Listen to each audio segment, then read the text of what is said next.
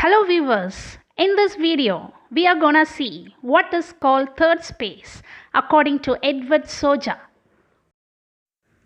According to Soja, the third space is the space in which we live. It is the experience of living. It is also called lived space. The term the third space was first coined by Homi K, Bhabha, a cultural and post-colonial theorist. The concept was further developed by American Geographer Edward Soja in his book Thirdspace, Journeys to Los Angeles and Other Real and Imagined Places, published in the year 1996. Soja actually borrows the ideas from Henry Lefebvre's works in order to explain the concept of third space. Who is Henry Lefebvre?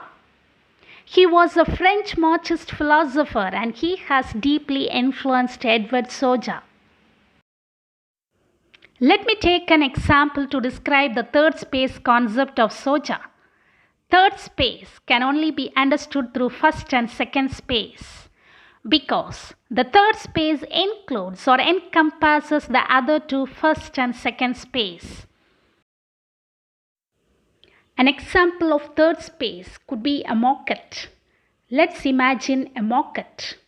First space would see a market as a geographical area in the center of a town.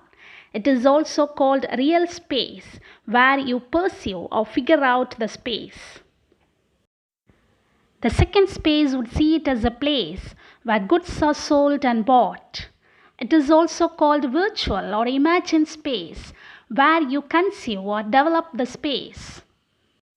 Third space sees the market as a place where people come together to socialize, gossip, or buy local products and maintain social contacts.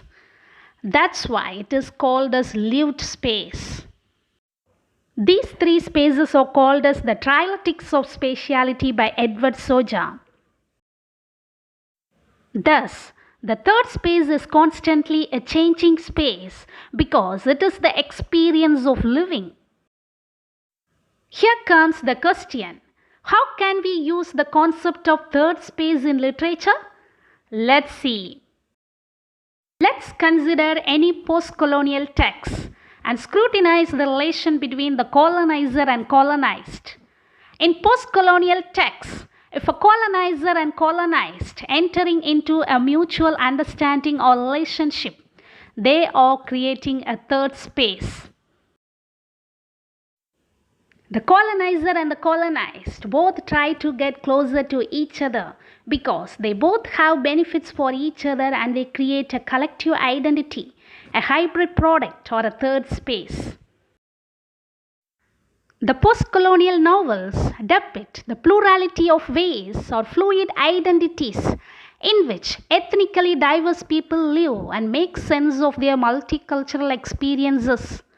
Thus, the post-colonial novels most often celebrate this third space by providing a dynamic representation of contemporary society. Thank you.